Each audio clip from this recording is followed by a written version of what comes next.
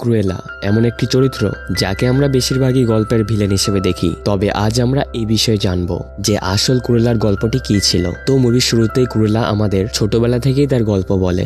যখন সে জন্মেছিল তার আসল নাম ছিল এস্টেলা। তার এক অদ্ভুত ধরনের চুল ছিল, অর্ধেক কালো এবং অর্ধেক সাদা, আর এই কারণেই মানুষ তার থেকে দূরে থাকতো। তাকে তারা অদ্ভুত বলে মনে করত। এস্টেলার সাথে তার মা থাকতো, তিনি তাকে একাই বড় করেছেন। সে যখন স্কুলে যায় তখন এস্টেলার মা তাকে বলে যে নিজেকে নিয়ন্ত্রণ রেখো। তো এখানে আমরা জানতে পারি যে শুধুমাত্র এস্টেলার চুল দু ধরনের ছিল না, বরং তার ব্যক্তিত্ব দুটি ভিন্ন ধরনের ছিল। কখনো কখনো ছিল খুব নিষ্ঠুর এবং কখনো ছিল খুব ভালো। তার মা তাকে বোঝায় যে দেখো, তোমার ব্যবহার সব বাচ্চাদের সাথে ভালো রাখবে এবং তোমার খারাপ দিকটাকে নিয়ন্ত্রণ করে রাখবে। তবে এস্টেলা সবসময় স্কুলে লড়াই করত। তার মাত্র দুজন বন্ধু ছিল, একজন ছিল ওর কুকুর আর একজন ছিল তার ক্লাসমেট, যে ক্লাসে তার সাথে পড়াশোনা করত।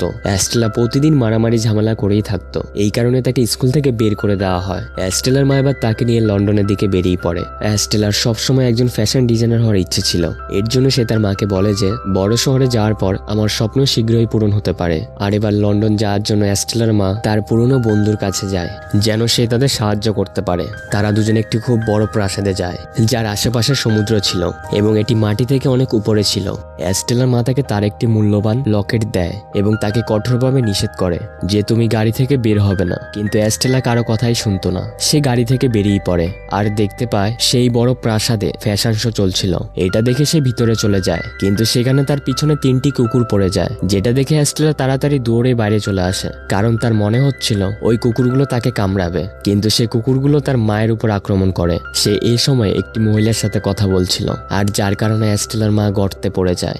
ঘটনাস্থলে সে মারা যায়। এটা দেখে এস্টেলা খুব দুঃখ পেয়ে যায়। সে এইসবের জন্য নিজেকে দোষারোপ করছিল এবং এখন সেখানে তদন্ত শুরু হয়ে যায়। এস্টেলা সেখান থেকে পালিয়ে গেছিল। তাড়াহুড়ো করে তার লকেট সেখানেই পড়ে যায়, যেটা তার মা এস্টেলাকে দিয়েছিল। সে নিজেকে নিজে খুব খারাপভাবেই দোষ দিতে থাকে। যদি আমি আমার মায়ের কথা শুনতাম, গাড়ি থেকে না বেরিয়ে আসতাম, তো আজ মা বেঁচে থাকতো। সে কুকুরগুলো আমার পিছু নিত না আর মাকে আক্রমণও করতো না।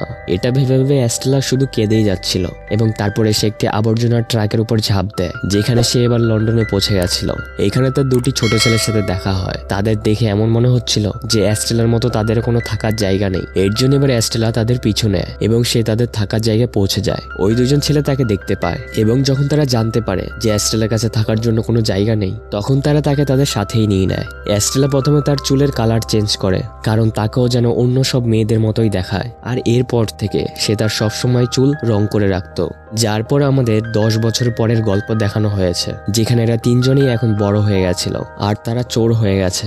যেমন তেমন চোর না, একজন প্রফেশনাল চোর, যাদেরকে আজ পর্যন্ত কেউই ধরতে পারেনি। তারা শুধু ছোটখাটো চুরিই করত, যেমন পকেট থেকে টাকা বের করা ইত্যাদি। কিন্তু এস্টেলা নিজের এবং ওই দুজনের জন্য বিশেষ পোশাক ডিজাইন করত। সে ছিল এই বিষয়ে খুবই পারদর্শী, কারণ আমরা জানি যে সে ছোটবেলা থেকেই একজন ফ্যাশন ডিজাইনার হওয়ার ইচ্ছে ছিল।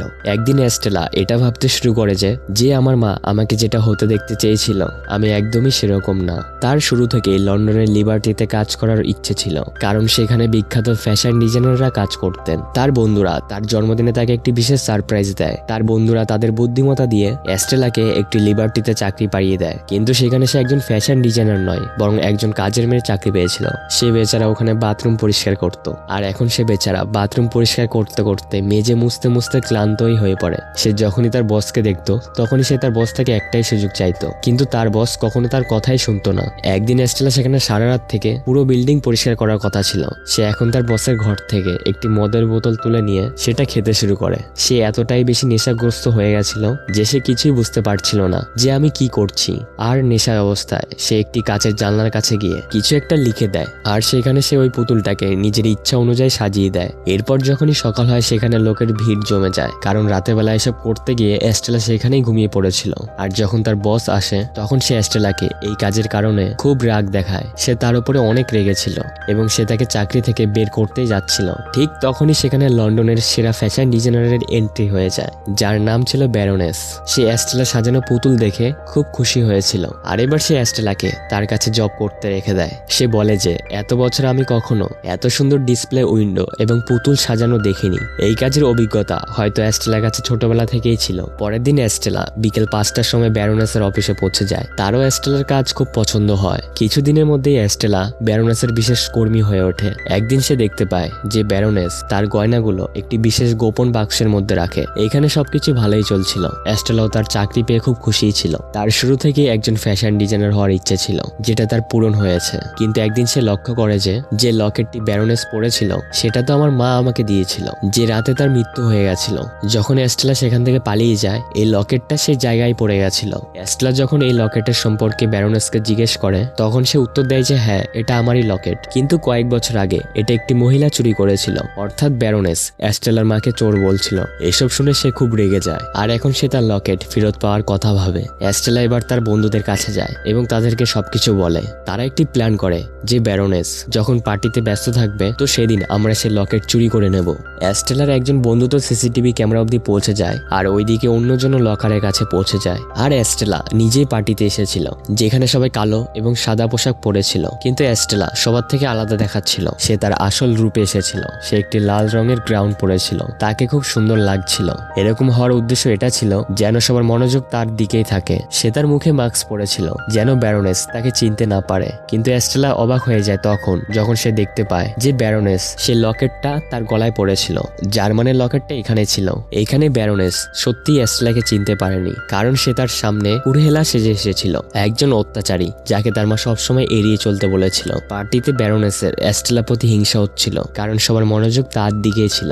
এটি ছিল ব্যারোনেসের পার্টি এবং তারা তাকে ছেড়ে অন্য কাউকে দেখে, এই ব্যাপারটা তার মোটেও পছন্দ হয় না। পার্টিতে এস্টেলার এক বন্ধু ব্যারোনেসের সামনে একটি খাবার প্লেটের মধ্যে অনেকগুলো ইঁদুর ছেড়ে দেয়, যেটা দেখে সে মনোযোগ হারিয়ে ফেলে আর জোরে চিৎকার করে, আর পার্টিতে বিশাল হইচই পড়ে যায়। এই সুযোগ নিয়ে এস্টেলা ব্যারোনেসের গলা থেকে লকেটটা খুলে নেয় আর তার কুকুরের দিকে ছুড়ে দেয়। ব্যারোনেস সেই কুকুরটির কাছে তার লকেট দেখে ফেলে, তাই সে এখানে একটি বিশেষ ধরনের জিনিস শীষ দিয়েছিল, যার কারণে ওই 3টি কুকুর সেখানে এসেছিল, যা আমরা গল্পের শুরুতেই দেখেছিলাম, যেটা এস্টেলার পিছনে পড়েছিল, যার কারণে তার মায়ের মৃত্যু হয়েছিল। আর তাদের মধ্যে একটি কুকুর ব্যারোনেসের লকেটটি এস্টেলার কুকুরের কাছ থেকে কেড়ে নিয়ে খেয়ে ফেলে। আর এখন এস্টেলার মনে পড়ে যায় যে এই কুকুরগুলোই ছিল যেগুলো তার মায়ের উপর আক্রমণ করেছিল, আর সেদিন ব্যারোনেসই ছিল যে শীষ বাজিয়েছিল। সে এখন বুঝতে পেরে যায় যে তার মায়ের আসল হত্যাকারী হলো এই ব্যারোনেসই। সে ফিরে এসে এইসব কথাগুলো তার বন্ধুদের বলে, আর এখন এস্টেলা এটা সিদ্ধান্ত নেয় যে আমি আমার মায়ের প্রতিশোধ ব্যারোনেসের কাছ থেকে নেব, এবং সে তার খারাপ এবং পাগল ফর্মে থাকার সিদ্ধান্ত নেয়, কারণ ভালো হয়ে সে আজ পর্যন্ত কিছুই পায়নি। এর জন্য সে এবার এস্টেলা থেকে হয়ে যায় কুরেলা হওয়ার পর সে প্রথমে তার ছোটবেলা বন্ধুর সাথে দেখা করতে যায়, যে একজন সাংবাদিক হয়ে গেছিল, যাকে এস্টেলা গত রাতে পার্টিতেও দেখেছিল, এবং সে তাকে চিনতে পেরেছিল। সে তার বন্ধুকে বলে যে এখন আমি কিছু বড় করতে চলেছি, যার পর কুরেলা তার বন্ধুদেরকে বলে ব্যারোনেসের কুকুরদেরকেও কিডন্যাপ করে নেয়, আর একজন খুব বড় ফ্যাশন ডিজাইনারকে তাদের ঘরে নিয়ে আসে। এস্টেলা অর্থাৎ কুরেলার মনে একটি খুব বড় সড়ো আইডিয়া আছে। কুরেলা এখন একটি সাধারণ চেহারায় নিষ্পাপ মেয়ের ছদ্মবেশে এস্টেলা সেজে ব্যারোনেসের অফিসে কাজ করতে যেত, যাতে সে ব্যারোনেসের উপর নজর রাখতে পারে। আর এরপর কুরেলা ব্যারোনেসের একের পর এক পার্টিতে বিভিন্ন রকম সেজে চলে আসে। ব্যারোনেসের সমস্ত ফ্যানদের তার দিকে আকর্ষণ করে, ওর শোয়ের সমস্ত মনোযোগ সে তার নিজের দিকে নিয়ে নেয়। ব্যারোনেস এই সমস্ত কিছুতে বিরক্ত হয়ে গেছিল, এর জন্য সে এবার কুরেলার বিরুদ্ধে আদালতে মামলা করার কথা ভাবে। আর সে তার বন্ধুর কাছেও যায় তার ঠিকানা জানতে, যে আসলে কুরেলা কোথায় থাকে, কিন্তু এই ব্যাপারে সে কিছুই জানতে পারে না। একদিন এস্টেলা পরবর্তী ইভেন্টের জন্য একটি খুব সুন্দর গ্রাউন্ড ডিজাইন করে, যেখানে সে সেটা বানানোর জন্য দক্ষিণ আমেরিকা থেকে বিশেষ ধরনের সেল ব্যবহার করেছিল, যেগুলো ব্যবহার করে এস্টেলা একটি খুব সুন্দর গ্রাউন্ড ডিজাইন করেছিল। এখন এই ভয়ের কারণে যে কুরেলা তার ডিজাইন না চুরি করে নেয়, ব্যারোনেস সব গ্রাউন্ডগুলোকে একটি খুব বড় লকারের মধ্যে বন্দি করে রেখেছিল। এস্টেলা তার বাড়িতে চলে আসে এবং ব্যারোনেসের সব কুকুরগুলোকে সে সেদিন যে কিডন্যাপ করিয়েছিল, সে তার বন্ধুকে বলে যে আমি এই কুকুরগুলোর চামড়া দিয়ে একটি দুর্দান্ত কোট তৈরি করব। এখন শোয়ের দিনও চলে আসে, যখন ব্যারোনেস সেই বাক্সটি খোলে যেখানে সমস্ত রকম ডিজাইনের পোশাক রাখা ছিল, কিন্তু ওখান থেকে তো প্রচুর মাছি বেরিয়ে আসে, সেগুলি চারদিকে ছড়িয়ে পড়ে, আর এতে করে চারদিকে চেঁচামেচি শুরু হয়ে যায়। আমরা এখানে জানতে পারি যে গ্রাউন্ড তৈরি করার জন্য যে সেলগুলো ব্যবহার করেছিল সেগুলো ছিল মাছির ডিম।